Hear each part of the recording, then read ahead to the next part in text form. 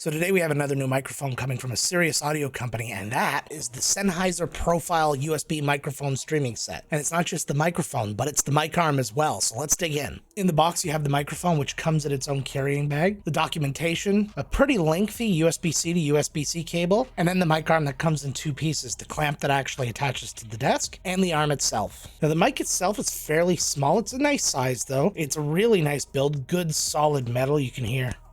On the front, you actually have quite a bit going on. On the top, you have the mute button, then you have your mic gain, then you have your balance between computer and mic audio, and finally your headphone volume at the bottom. On the back, you're going to see the headphone jack for latency-free listening and the USB-C port. And what's really interesting about this capsule itself is the fact that it actually has its own tilt built into it, so I can actually change the tilt of the mic directly on the capsule itself, which is pretty interesting, especially given the fact that it's coming with a mic arm. But best not to waste any time on this one. Let's get this thing up on the arm and let's hear what it sounds like. Okay, so we're up and running on the new microphone. Actually setting it all up was really super easy. The arm goes on really quick. Just clamp the piece on the desk, slip the other piece into the hole, no problem, and then get everything shaped and ready to go. Now, just because of where I have this on my desk, it's literally right here on the front because I didn't want to mess around with the arms I already have on the desk. That leads to kind of the position that this mic is in right now. It's a little bit more awkward, but it is still facing me forward so that I can talk into it properly. One thing you'll notice right away, because you can see it here, is the way that the cable management works on this mic arm. It actually slips inside the arm itself and all the way up and then down here, and it's really nice and clean. In a perfect world, I would have liked to have seen one on the side facing me as well, so I could actually run my headphone cable up the same way. Also, while we're on that subject, because I have the mic right in front of my face, you could see both of the cables sticking out because they're coming out of the back. I do prefer a situation where you can get the cables plugged in at the bottom, but the mic itself is too small, and then the arm that it comes with,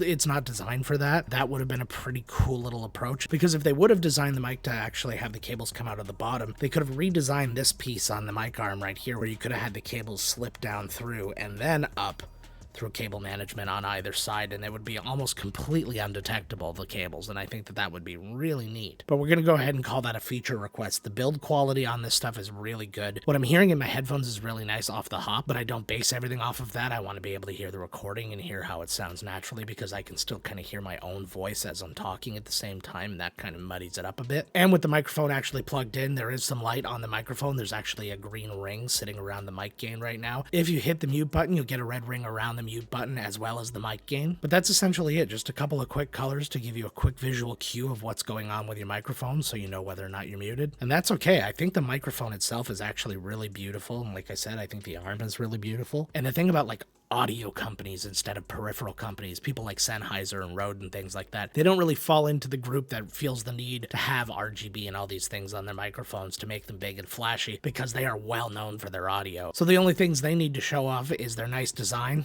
and their name. The other thing to know about this microphone, absolutely no software. This is a completely plug-and-play microphone. There's nothing to do except get the USB plugged into the computer. Computer recognizes it automatically, throw it in OBS as a mic, and you're good to go. Now I figure it's time to do the usual test phrases just to hear how this mic sounds completely uncompressed. So let us go ahead and do that. The small pup, not a hole in the sock. The fish twisted and turned on the bent hook. Pressed the pants and sew a button on the vest. The swan dive was far short of perfect. The beauty of the view stunned the young boy. Alright, so I'm going to go give that a listen and be right back with you, like literally in just a couple of seconds. But while you're thinking about me being away, why don't you consider going down and hit the like and subscribe and hit the bell so you know when I have new videos coming out. Alright, I'm not going to lie to you, I'm really happy with how this microphone sounded just out of the box. There was a little bit of room noise, but there was nowhere near as much as most condenser mics that come across my desk, particularly condenser USB mics. And I thought that my voice sounded quite natural, actually. I didn't feel like there was any real need to add any EQ, compression, any kind of filters to it at all. And I'd be quite happy just completely out of the box having this set up and just let it go. But because my brain won't let me do such a thing, I thought I'd try just a little bit of processing, just a little bit in OBS, a little bit in DaVinci Resolve, just to see if we can make a really good thing even that much better. The small pup, not a hole in the sock. The fish twisted and turned on the bent hook. Pressed the pants and sew a button on the vest. The swan dive was far short of perfect. The beauty of the view stunned the young boy. The small pup, not a hole in the sock. The fish twisted and turned on the bent hook. Pressed the pants and sew a button on the vest. The swan dive was far short of perfect. The beauty of the view stunned the young boy. The small pup, not a hole in the sock. The fish twisted and turned on the bent hook. Pressed the pants and sew a button on the vest. The swan dive was far short of perfect. The beauty of the view stunned the young boy.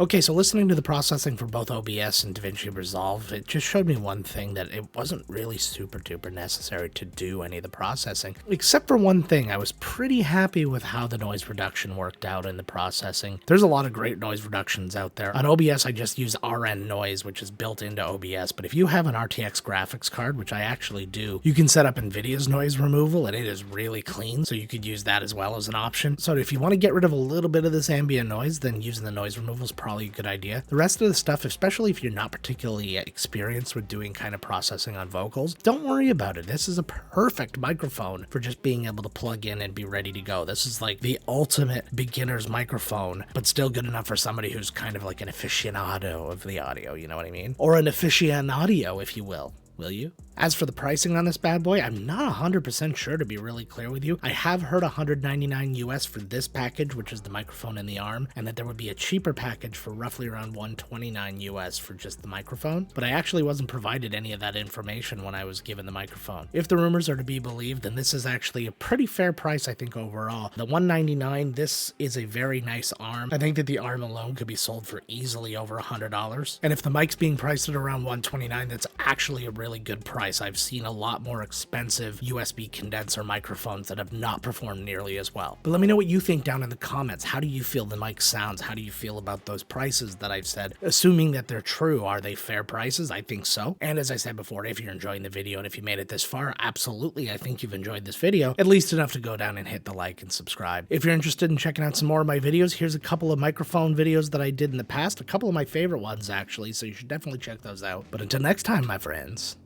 let's get to work.